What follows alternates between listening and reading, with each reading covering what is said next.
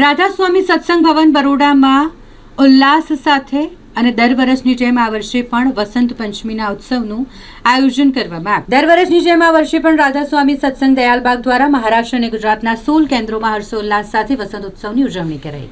જે વિશે માહિતી આપતા રાધાસ્વામી સત્સંગ દયાલબાગની વડોદરા શાખાના સેક્રેટરી પૂજા સારસ્વતે વધુ માહિતી આપી। તેમણે કહ્યું કે ગુજરાતની વિવિધ શાખાઓ સાથે સાથે બરોડા શાખામાં વસંત ઉત્સવ શ્રદ્ધા અને અનુશાસન સાથે ઉજવાયો, જેમાં બાળકો, યુવાનો, મહિલાઓ અને વરિષ્ઠ સત્સંગીઓની સહભાગીતાથી સત્સંગ, સામૂહિક પ્રાર્થના, વસંત ઋતુના આધ્યાત્મિક મહત્વ પર આધારિત પ્રસ્તુતિઓ કરાઈ। આ સાથે સેવાભાવથી જોડાયેલી અને શારીરિક અને માનસિક રીતે મજબૂત થવાની અનેક પ્રવૃત્તિઓ થઈ। સાથે સાથે રાધાસ્વામી દયાળબાગ આગ્રા સ્થિત કેન્દ્રીય પરિષદમાં આવેલા જિમ્નાસ્ટિક્સ ગ્રાઉન્ડમાં વસંતોત્સવમાં જિમ્નાસ્ટિક્સ 2026ના પ્રદર્શન મારફતે દયાળબાગમાં કૌશલ્ય અને અનુશાસનનો સંગમ દર્શાવાયો। પૂજ્ય ગુરુ મહારાજ પ્રોફેસર પ્રેમચરણ સત્સંગીની હાજરીમાં નવયુવાનો અને નવયુવતીઓએ હેરત અંગેજ કર્તવ્ય બતાવ્યા। નોંધનીય છે કે દયાલબાગના ઈ સત્સંગ કેસ્કેડીના માધ્યમથી દેશ વિદેશના 580થી વધુ કેન્દ્રો પર વસંત મહોત્સવનું લાઈવ પ્રસારણ કરાયું હતું।